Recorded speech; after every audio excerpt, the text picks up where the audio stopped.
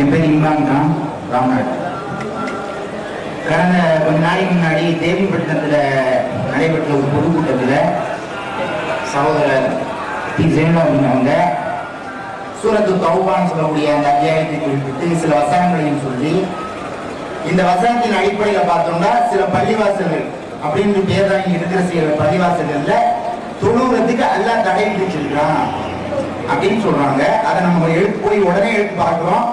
பார்த்தோன்னே அப்பட்டமா தெரியுது, அல்ல இதைத்தான் சொல்றான் அப்படிங்கிறது தெரியுது. இதை ஆய்வு செஞ்சுதான் சகோதரர் இந்த புராண மொழிபெயர்த்து எழுதிருக்கிறாங்க. இது 2002 வெளி வந்துருச்சு.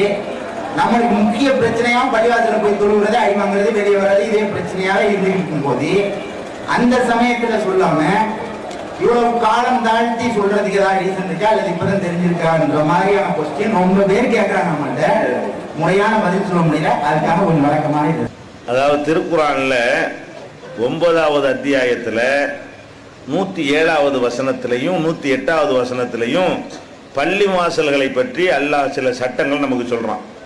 அதாவது எந்த பள்ளி வாசல் நம்ம தொழுவலாம், எந்த பள்ளி வாசல்ல தொழக்கூடாது என்பதை சொல்ற வசனம் தான் அது. 9வது சூறாவுல 107வது 108வது வசனம்.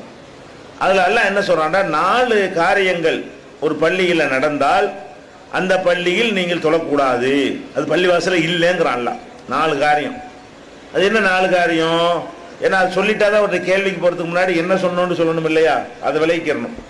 வல்லதி நத்தகது மஸ்ஜிதம் திராரன், கேடு செய்வதற்காகவே பள்ளிவாசலை பயன்படுத்துகிறார்கள். பள்ளிவாசல் மக்களுக்கு நன்மை செய்வதற்கு பயன்படணும். பள்ளிவாசல் எதுக்கு பயன்படுத்தக்கூடாது? கெட்ட காரியங்கள் செய்வதற்கு, மக்களுக்கு இடையூறு செய்வதற்காக வேண்டி யார் பள்ளிவாசலை பயன்படுத்துகிறார்களோ ஒன்று. அதுக்கப்புறம் அது விரிவான தஃசீர், ரொம்ப நேரம் 1 மணி நேரம் பேசின பேச்சு, அது நான் சுருக்கமாக சொல்லிடுறேன். அப்புறம் என்ன செய்யறாங்கன்னு கேட்டால், ஒரு தஃப்ரீகம் பைனல் மூமினீன், மூமீன்களுக்கு மத்தியில் பள்ளிவாசல்ல பாரபட்சம் காட்டுறாங்க. பள்ளிவாசல் எல்லா மூமீனுக்கும் சொந்தமான ஒரு வழிபாட்டு தலம்.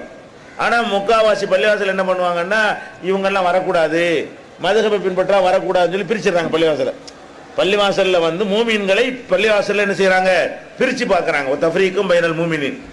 அதுக்கப்புறம் என்னன்னு கேட்டா, ஓ இர்ஷாதன் லிமன் ஹாரப் அல்லாஹ வரசூலஹு, அல்லாஹ் ரசூலுக்கு எதிராக யார் செயல்படுகிறார்களோ அவங்களுக்கெல்லாம் புகலிடம் கொடுக்குறாங்க. பள்ளிவாசல்ல யாருக்கு புகலிடம்?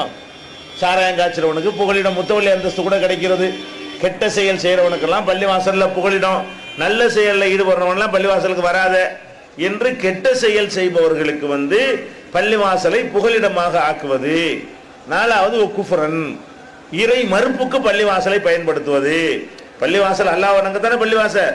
அங்க உட்காந்துட்டு யா நபி ஸலாம் அலைஹி நபியே உங்களுக்கு சலாம் உண்டாகட்டுமாங்கன்னு கூப்பிட்டு, நீங்க தான் எங்க பாவத்தை மன்னிக்கணும், நீங்க தான் எங்களுக்கு ரிசுக்கு தரணும், நீங்க தான் எங்களுடைய நோயை போக்கணும் என்றெல்லாம் மௌலுதுங்கிற பெயர்ல என்ன செய்யறாங்க, பள்ளிவாசல்ல இறை மறுப்பை அரங்கேற்றுறாங்க. இந்த 4 காரியம். ஒன்று மக்களுக்கு கேடு செய்யறது, இறை மறுப்பான காரியங்களை அங்கே நிறைநாட்டுவது, முஸ்லிம்களுக்கு மத்தியிலேயே பள்ளிவாசலை பிரிச்சு ஏன் பள்ளி ஓம்பள்ளின்னு என்ன செய்யறது, பிரித்து காட்டுவது, கெட்டவங்களுக்கு புகலிடம் கொடுக்கிறது, அல்லாஹ் ரசூலுக்கு எதிராக இருக்கிறவங்களுக்கு என்ன செய்யறது, அடைக்கலம் கொடுக்கிறது. இப்படி 4 காரியத்தை யார் செய்கிறார்களோ லா தகும் ஃபீஹி அபதா, ஒரு காலும் அதுல போய் நிற்காதே. அல்லாஹ் தெளிவா சொல்றான், லா தகும் ஃபீஹி அபதா, ஒரு காலத்துல அந்த மாதிரி பள்ளி வாசலுக்கு நீ போகாதே. வேற எங்க போகணும்?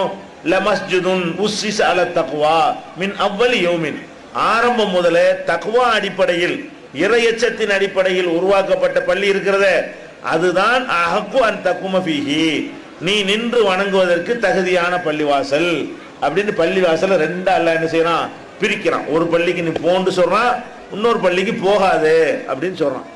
இதை தேவிப்பட்டினத்துல 2-3 மாதங்களுக்கு முன்னாடி ஒரு பள்ளிவாசல் திறப்பு விழா, நம்ம தௌஹீத் ஜமாத்துடைய பள்ளிவாசல் திறக்கும் பொழுது அப்ப இந்த விஷயத்தை நான் விலைக்கு சொல்லியிருக்கிறேன். அதெல்லாம் இப்படி கேள்வி கேட்கிறாரு.